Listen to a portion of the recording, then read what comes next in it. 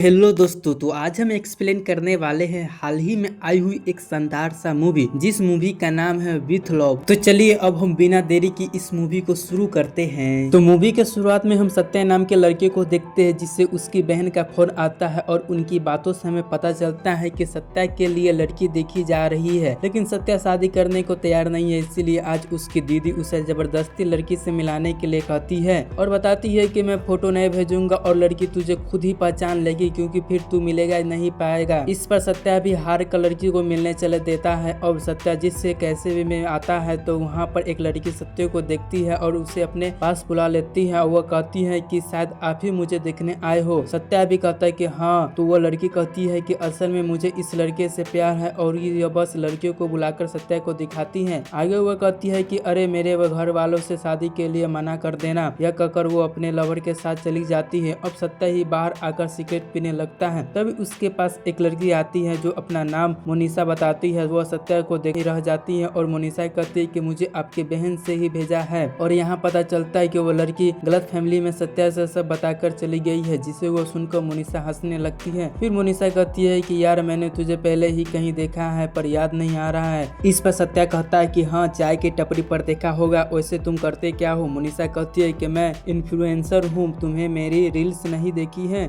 इस पर सत्या आज तक मोनिशा की रील्स नहीं देखी है, जो सुनकर मोनिशा हैरान थी। फिर मोनिशा पूछती है कि आप क्या करते हो? तो सत्या कहता है कि मैं तो अब डिजाइनिंग हूँ और कुछ नहीं। अब यहाँ पर इनके बीच काफी बातें होती है। तो मोनिशा पूछती है कि तुम्हारे कभी जीएफ नहीं रही है? मुझे उसके बारे में जानना है। इस पर सत्या कहता है कि यार मेरा स्कूल में वन साइडेड लव था, उसके बाद मैं कभी गर्लफ्रेंड नहीं बना पाया। जिस पर मोनिशा कहती है कि मुझे तुम्हारी कहानी जाननी है, प्लीज बताओ ना। तब सत्या बताना शुरू करता है कि मैं एसटी स्कूल में था, जहाँ मुझे अनीसा नाम की लड़की पसंद थी। यह सुनकर तो मनीषा कहती है कि अरे मैं भी तो उसी स्कूल में पढ़ती थी और अब मुझे याद आया कि मैंने तुम्हें स्कूल में देखा था, क्योंकि जब मैं 10th में थी तब तुम 12th में थे, पर तुमने मुझे कभी पर ध्यान ही नहीं दिया। और मनीषा दीदी को तो मैं जानती हूँ। तब सत्य कहता है कि हाँ, मैं वही हो सकता हूँ। फिर वो आगे कहानी बताना शुरू करता और सीन पास्ट में जाता है। जब सत्य 12th में था तो वो बताता है कि मैं अनीसा मुस्लिम थी, इसीलिए मैं सोचता था कि ना जाने वो मुझे एक्सेप्ट करेगी या नहीं। जिसके बाद हम देखते हैं कि सत्य स्कूल में पूरे समय अनीसा को ही देखता रहता है, यहाँ तक कि अनीसा के क्लास में आने के बाद वह भी पढ़ाई शुरू करता है। इस तरह से सत्या की जिंदगी बीत रही थी और उसका स्कूल आने का सिर्फ यही मोटिवेट था कि अनीसा को देखने का। इसी बीच में अनीसा भी सत्या को थोड़ी बहुत बात करती थी, जिससे सत्या स्कूल की खुश था। फिर वो एक दिन टेस्ट में नंबर कमाने के सत्या के काफी मार पड़ती है, जिस पर वो अनीसा सत्या से पूछती है कि ज्यादा लगी तो नहीं है। तब सत्या को अनीसा को बात करते ही एकदम ठीक हो जाता है। फिर उसके बाद सत्या अपने दोस्त से दिनेश से कहता है कि भाई मैं सोच रहा हूँ कि आज अनीसा को प्रपोज। जिस पर वो दिनेश कहता है कि क्या पता मना कर दे, क्योंकि अनीसा को ट्यूशन में ही एक लड़का उसके पीछे पड़ा है। इससे अनीसा को लगेगा कि तू भी अनीसा के पीछे उसी तरह से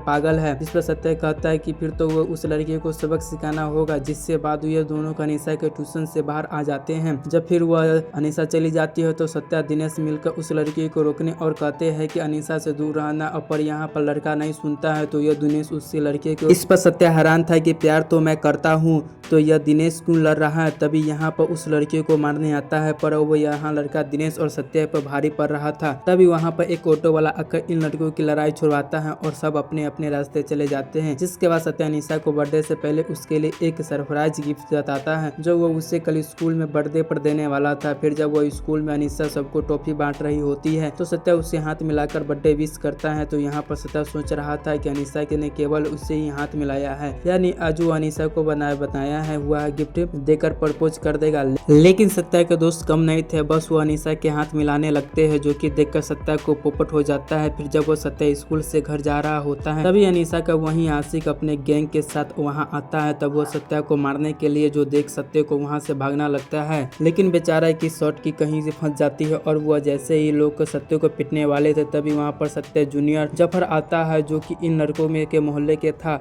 और वह बताता है कि यहाँ के सत्या मेरा भाई है, इसे मत मारो, जिस पर वो लड़के सत्य को जाने देता है। अब कुछ समय ऐसे ही बीतती है, लेकिन सत्या कभी अनीशा को प्रपोज नहीं कर पाया। फिर वह फेयरवेल पर सत्या बहुत सोचता है कि आज तो अनीशा को अपने दिल की बात बता दूंगा। पर वो अब यहाँ पर बात जब वो दिनेश को बताता है तो दिनेश कहता है कि तू उसे प्रपोज मत कर। यह सुनकर सत्या हैरान था। तब दिनेश बताता है कि भाई अनीशा और मेरी लव स्टोरी चल रही है, तब यहाँ पर काफी समय में तुझे बता नहीं पाया। यह जानकर सत्या को पैर तरह जमीन खिसक गया जाती है कि उसने बेस्ट फ्रेंड ने उसे धोखा दे दिया है और उसे दिनेश से लड़के के बाद वह बाथरूम में जाकर रोने लगता है। जब वह सीन प्रेजेंट में आता है, यह सुनकर मोनिशा भी हंस पड़ी रही थी। तुम्हारा दोस्त ने ही तुम्हें धोखा दे दिया, इससे सत्या का उदास हो जाता है। फिर सीन पास्ट में आता है और वह फेयरवेल में ही एक बात पर हंगामा हो जाता है, जहाँ पर एक टीचर वो इल्जाम लग रहा था कि वह लेडीज वॉशरूम में झांक रहा था। यह देखकर सत्या को वो पहले से गुस्से में था। वो अपने टीचर को चाटा मार कर चला जाता है, जिससे वह बात सत्या का ज्यादातर समय अपने घर में ही बीतने लगता है, क्योंकि उसे धोखा मिला था। उसे वो किसी को भी बात को नहीं करता था, केवल अनीशा को याद करता रहता था। अब सीन प्रेजेंट में आता है, वो सत्य को बताता है उसके बाद मैंने पढ़ाई की, जॉब की, लेकिन फिर कभी गर्लफ्रेंड नहीं बना पाया। हालांकि मुझे पता है कि अनीशा की शादी हो चुकी है, उसका एक बच्चा है और वो अपने पति के साथ विदेश रहती है। यह सुनकर मोनिशा हंसने लगती है कि आज भी उसके बारे में सब जानते हो, काश प्रपोज ही कर दिया होता उसके। फिर यह सत्या कहता है कि अब वो मेरा काफी पुरानी बात हो गई है। अब वो पूछता है कि मेरी लव स्टोरी तो जान ली, अब तुम्हारी लव स्टोरी बता। तो मनीषा कहती है कि मैं वही 10th की लव स्टोरी सबसे अच्छी होती है, लेकिन उस कहानी में विलेन तुम थे। यह सुनकर तो सत्या होश उड़ जाता है और वह सीन यहाँ के पास में आ जाता है, मोनिशा की 10th की क्लास पर, जहाँ मोनिशा अपने दो सहेलियों के साथ पूरी क्लास पर राज करती थी। भले ही वो पढ़ाई में अच्छी नहीं थी, वो एग्जाम टाइम में भी अपने साथ बैठे बालाजी को क्लास में फर्स्ट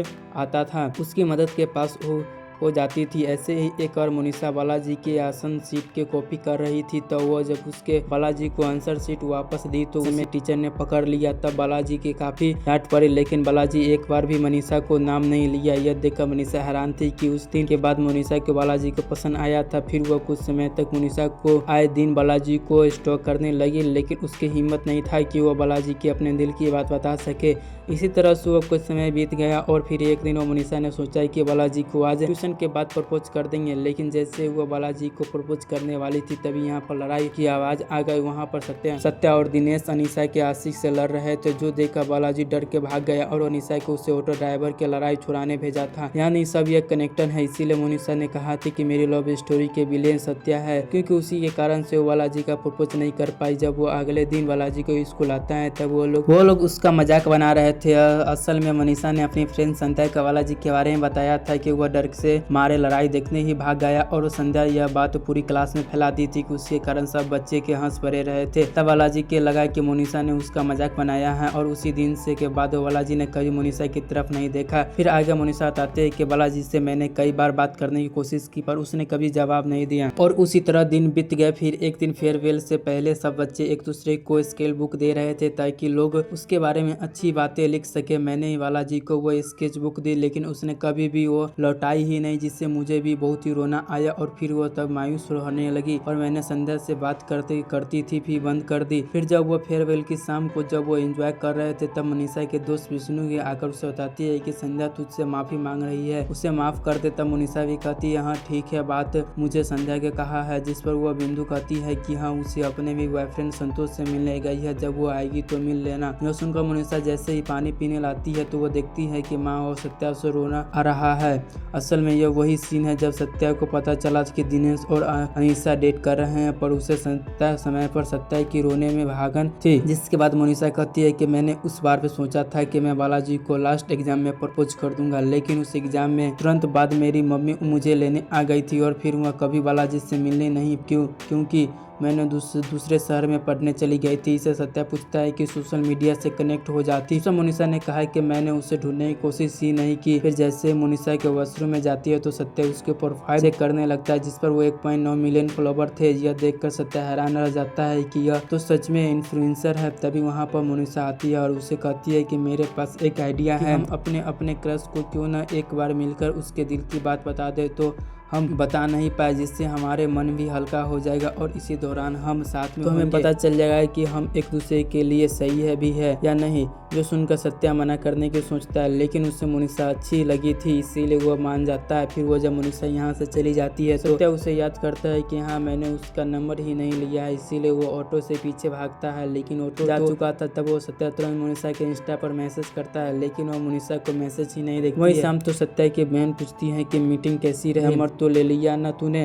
अब उससे बात करते रहना। लेकिन सत्या अपनी बहन के आगे हीरो बनने के चक्कर में कहता है कि हाँ नंबर तो ले लिया है, जिसके बाद सत्या मुनीसा की पोस्ट पर अपना नंबर कमेंट कर देता है और फिर उससे उटपटांग कॉल आने लगते हैं जिससे वो परेशान हो चुका था। फिर वो अगले दिन सुबह वो सत्या उठता है तो उसी पर मनीषा का कॉल नहीं आया था, यानी उससे भी नंबर नहीं मिला, जिससे सत्या सोचता है कि शायद वो हम कभी मिल नहीं पाएंगे। तभी उसके डोरबेल की बजती है और वहाँ पर मनीषा खड़ी थी तो देखकर खुश हो जाता है। लेकिन मनीषा कहती है कि जब मैं तुझे पसंद ही नहीं आई तो वहीं बता देते, क्योंकि मैंने तुम्हारे कॉल का इंतजार कर रही थी। जिस पर सत्या उससे रोकने हुए कहता है मेरे पास तुम्हारा नंबर ही नहीं था और मैं अपनी दीदी से मांगने की शर्मा रहा था। तब जाकर मनीषा कहती है, जिसके बाद वो सत्या आज मनीषा को अपने हाथ खाना बनाकर खिलाता है और मनीषा को काफी पसंद आता है। फिर मनीषा पूछती है कि तुम्हारी फैमिली में दीदी के अलावा कौन है, तो सत्या कहती है कि मैं माँ तो बचपन में ही भगवान को प्यारी हो गई थी और मेरे पापा गाँव में रेस्टोरेंट चलाते थे जो लॉस के कारण बंद हो गया है, इसीलिए मेरे पापा अब दोबारा से खुद को रेस्टोरेंट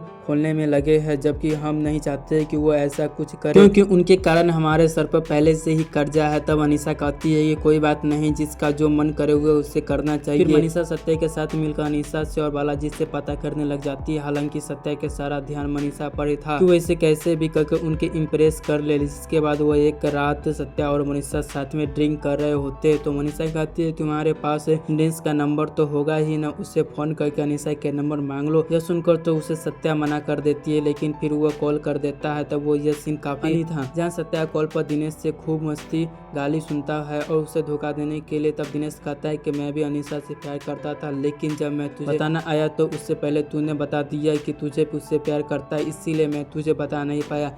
हालांकि उससे एक बार पूछना तो था, लेकिन मैंने अनीसा से कह दिया था कि सत्या तुझे अपनी बहन में मानता है। यह सुनकर तो सत्या उससे भी गाली देता है। फिर अनीसा कहती है कि दिनेश तुझे अभी अनीसा का नंबर चाहिए, जिस पर दिनेश कहता है कि हाँ मैं बता करके भेज दूंगा। अनीसा सत्या से कहती है कि कल मैंने मेरे दोस्त की शादी में जाना है, तो सत्या भी मना कर देता है कि अब यहाँ पे यह दोनों ट्रेन में जा रहे होते। तब यहाँ सत्या उसके पापा के फोन आता है तो सत्या उन पर भड़क रहा था, जिस पर मनीषा कहती है कि तुम अपने पापा पर गुस्सा क्यों करते हो, एक बार उन्हें उनके दिल की बात सुनी है, जिस पर वो सत्या बोल नहीं पाता है। फिर यहाँ से सत्या मनीषा से पूछता है कि तुम्हारे मम्मी पापा क्या करते हैं, तो मनीषा कहती है कि मेरी तो केवल माँ है और जब मैं 10th में थी तभी पापा गुजर गए थे। असल में वो खूब सिगरेट पीते थे, जिससे उन्हें लंग कैंसर हो गया और उस समय वो 10th के लास्ट एग्जाम के बाद मम्मी मुझे लेने आई थी। उसी समय पापा को मैंने आखिरी बार देखा था। जो सुनकर सत्य को बहुत दुख होता है। फिर अगली सुबह वो दोनों शादी में पहुंच जाते हैं और इसी दौरान मुनीसा ने उससे सत्य के साथ स्टेज भी लगाया था, यानी वो सत्य को पसंद करने लगी थी। और फिर यह दोनों मुनीसा के दोस्त के संतोष की शादी में आते हैं और मुनीसा बताते हैं कि यह वही संतोष है जो कभी मेरा दोस्त संध्या को डेट कर रहा था। फिर वो बताते हैं कि तुमने उस दिन फेयरवेल पर जो सर को थप्पड़ मारा था ना, वो लेडीज वॉशरूम के चक्कर में, असल में वो तो संध्या और संतोष की लड़ाई सुलझाने गए थे, लेकिन प्रेसिडेंस में उन्हें गलत समझ लिया और वो सर ने भी उसे नहीं चाहते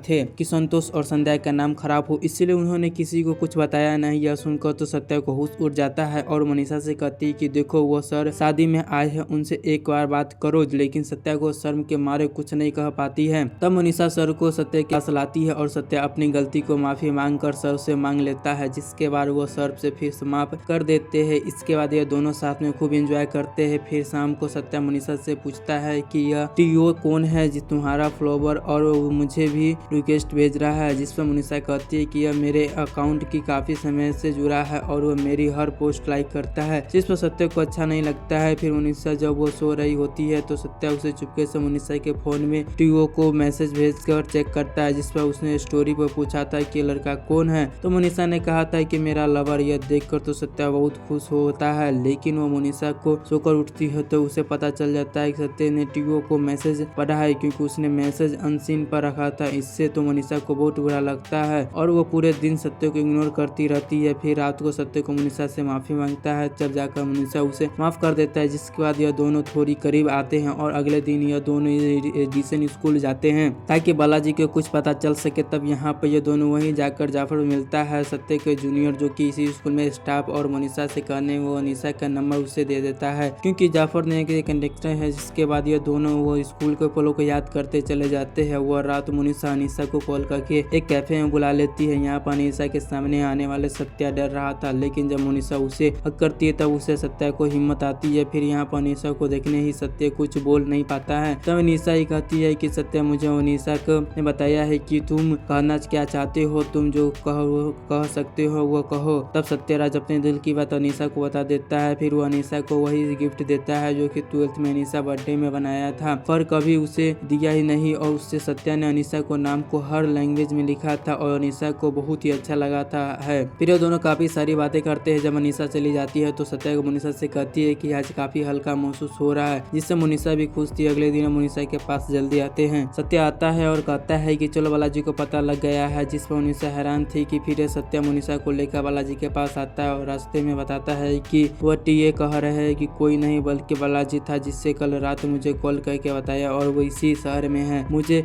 उससे बात हुई है। फिर सत्या मनीषा से पूछता है कि वह सिंगल हुआ तो तुम क्या करोगे, जिस पर मनीषा मजाक में कहता है कि मैं उससे साथ हो जाऊंगा। जिसके बाद सत्या मनीषा को बालाजी को मिलवाता है और उन्हें अकेला छोड़कर चला जाता है। फिर थोड़ी देर बाद सत्या उसकी बहन का कॉल आता है और उससे जैसे मनीषा के बारे में पता चलता है तो वो देखता है कि वह बालाजी के गले मिल रही है। इससे वो लगता है कि मनीषा बालाजी एक हो गए हैं। यह देखकर जल्दी से हॉस्पिटल चले जाता है अपनी बहन के पास। असल में सत्या के पापा के बीपी लो हो गया था और वो रेस्टोरेंट के कारण भागा दौड़ी कर रहे थे। यह जानकर सत्या के पापा भड़कने लगता है, लेकिन उसके पापा कहते हैं कि मुझे लोगों को खाना खिलाना काफी अच्छा लगता है, तेरी माँ के जाने के बाद मैं अकेला पड़ गया हूँ। जिस पर सत्या को काफी पछतावा होता है कि मैंने पापा के पहले बात क्यों नहीं की है। फिर वो अपनी बहन से कहता है कि मैं पापा को रेस्टोरेंट खुला दूंगा चाहे कैसे भी कहकर। यह कहकर वो रोने लगता है और बताता है कि वो मनीषा भी अब मेरी नहीं रही है। जिसके बाद वो अपने घर पर अकेले रोने लगता है और वो मनीषा जब उससे फोन करती है तो वो उससे उठाता भी नहीं है ताकि वो मनीषा से दूरी बना सके। इसी तरह से 2 दिन बीत जाते हैं। फिर एक रात सत्या खूब शराब पीता है मनीषा की याद में और वो जब सुबह उठता है तो उसे मिलने दिनेश आया था। जब वो यहाँ पर सत्या दिनेश से लड़ने लगता है कि तूने क्यों किया, तो दिनेश बताता है कि कल रात तूने भी नशे के कॉल किया था कि सुबह तू मर जाएगा। यह सुनकर सत्या को हल्का हल्का याद आता है कि फिर वो यहाँ देखने ही देखते सत्या के रिश्तेदारी और दोस्त आ जाते हैं जिन्हें सत्या ने नशे में कॉल करने बुलाया था कि और उसे मनीषा भी आ गई थी। तभी सत्या के पास बालाजी आता है। वो सत्या का कहता है कि तुम कितने लकी हो जो कि मनीषा तुमसे प्यार करती है और सच जताने के लिए उसे मुझे तुम्हारे पास भेजा था।